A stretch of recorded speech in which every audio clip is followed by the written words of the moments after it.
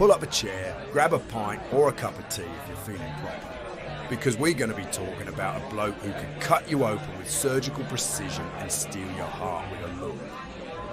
We're talking about Samuel Jean de Pozzi, the French gynecologist who dressed like an aristocratic vampire and partied like Oscar Wilde's cooler cousin.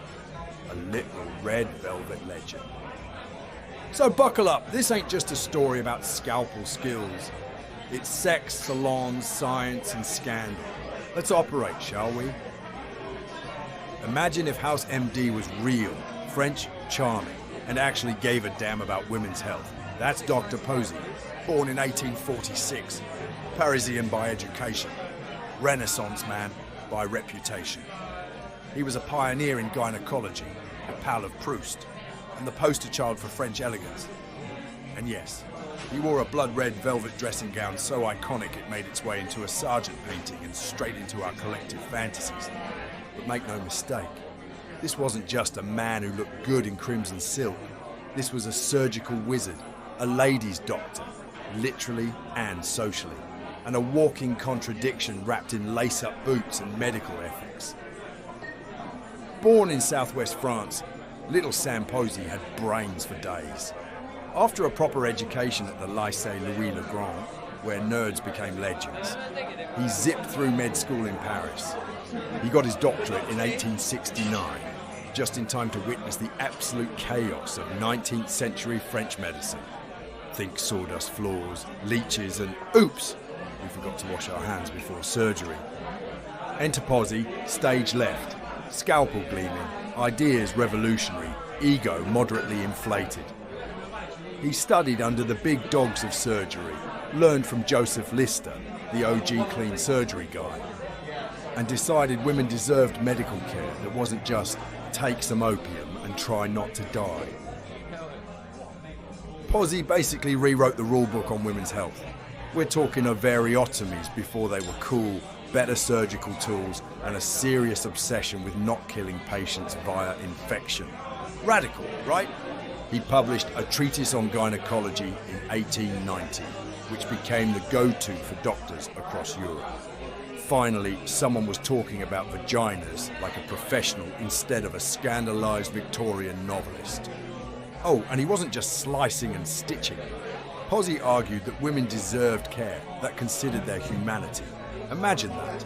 Revolutionary stuff in an era when half the male population thought hysteria could be cured with a cold bath and a marriage proposal. By the way, get this.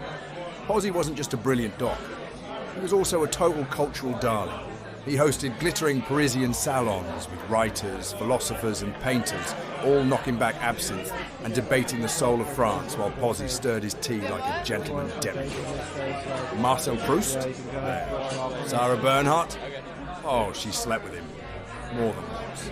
Because of course she did. Now here's the real kicker. American artist John Singer Sargent painted him in that legendary portrait, Dr. Pozzi at home.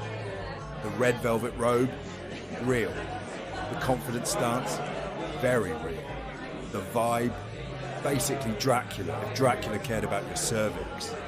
That painting's become a symbol of 19th century swagger.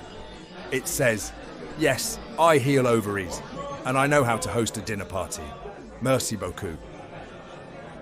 Let's talk values, yeah? Pozzi wasn't just cutting tumours. He was cutting through social crap. He pushed for more women in medicine, better access to care for poor patients, and reforms that made medicine more humane. He even clapped back at the gatekeepers of academia when they tried to keep women out of medical school. And unlike a lot of his fellow posh moustache wearers, Pozzi put his ideas into action. Clinics, lectures, advocacy. He walked the walk in fancy leather shoes. Right, sidebar. Imagine if Dr. Pozzi, this velvet-wrapped intellectual gladiator, ran for president of France. Universal healthcare, poetry nights at the Élysée Palace, surgical gloves required in all kitchens. Also, scandalous affairs, mandatory philosophy debates, and possibly sexier lab coats. Honestly, we might have ended World War I early just from his charm offensive. Here comes the twist. Every legend needs a dramatic end, right?